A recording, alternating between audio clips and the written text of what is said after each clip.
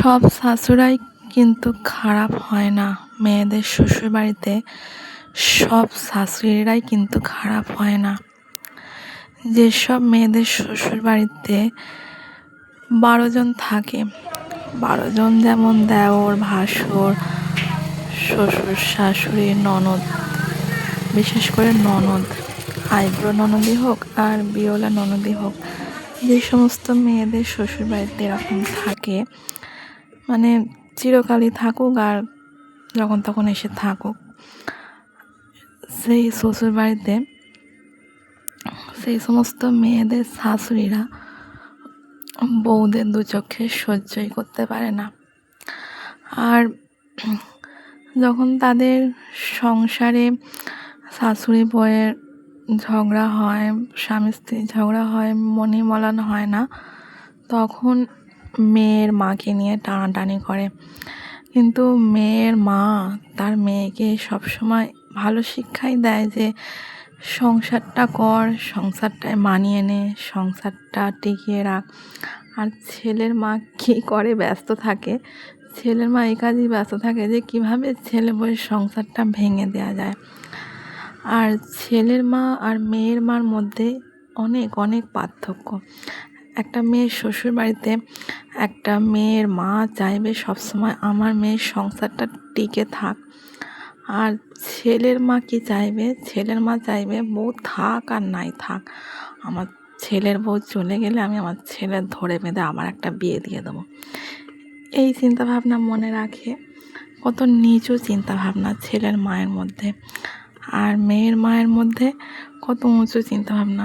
সে চায় তার মেয়ের সংসারটা করুক, তার মেয়ে সেই সংসারটায় মানিয়ে নিক, মেনে নিক, এইভাবে সংসারটা করুক। আর ছেলের মা কি চাইছে, ছেলের মা চাইছে থাকলে থাক, না থাকলে না থাক, সংসার ভেঙে যায় তো কী হবে, আমার ছেলের আবার বিয়ে দেবো। এটাই পার্থক্য একটা মেয়ের শ্বশুরবাড়িতে। ছেলের মা আর মেয়ের মায়ের মধ্যে অনেক পার্থক্য। একটা মেয়ের মা যেমন তার মেয়েকে একটা ভালো শিক্ষা দিচ্ছে, কিন্তু একটা ছেলের মা তার নিজের ছেলের সংসারটা ভেঙে দিতে চাইছে। এরকম আমি দেখে আসছি। আর সত্যি জানলে খুব অবাক লাগে আমার। একটা মেয়ের শ্বশুরবাড়িতে যখন একটা মেয়ের সংসার ভেঙে যায়, সেই সংসারটা ভাঙে তার শ্বশুরবাড়ির নিচু মন মানসিকতার কিছু মানুষের জন্য। আর মেয়ের মা সবসময় চেষ্টা করে তার মেয়ে যেন সেই সংসারটায় মানিয়ে নেয়, মেনে নেয় এবং সংসারটা টিকিয়ে রাখে। আর ছেলের মা শুধু সংসারটা কীভাবে ভেঙে যায় সেই চেষ্টাই করে। কিন্তু সব শ্বশুরবাড়িতে এটা হয় না। কিছু কিছু যেরকম নিচু পরিবার থাকে না, নিচু কিছু কিছু ফ্যামিলি থাকে, তারা একদম নিচু আর ছোটো মনের মানুষ, সেই সমস্ত পরিবারে, সেই সমস্ত ফ্যামিলিতে যে সমস্ত মানুষের মেয়ের বিয়ে হয়, সেই সমস্ত পরিবারই এই সমস্ত দেখা দেয়।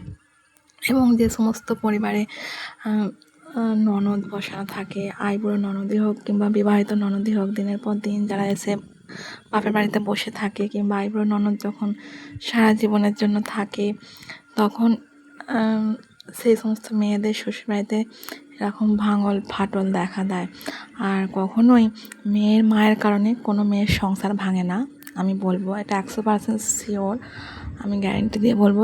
ছেলের মায়ের যখন কোনো মেয়ের সংসার ভাঙবে, অবশ্যই অবশ্যই ছেলের মায়ের গাফিলতির কারণে, ছেলের মায়ের কিছু বদ অভ্যেসের কারণে, ছেলের মায়ের বা ছেলের বোনের কিছু নোংরা নীচ মন মানসিকতার জন্য একটা মেয়ের অবশ্যই অবশ্যই সংসার ভেঙে নষ্ট হয়ে যায়।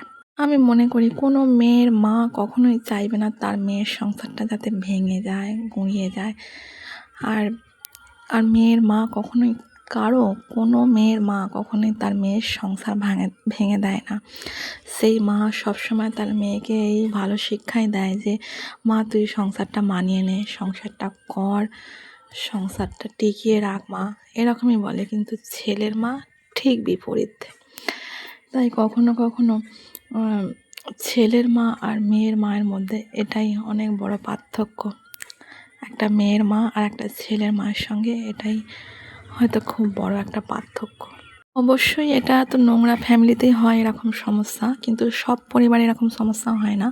যে সমস্ত ফ্যামিলিতে এরকম সমস্যা হয়, তার স্বামীও খুব নিচ ও মনের মানুষ হয়ে থাকে, নিচ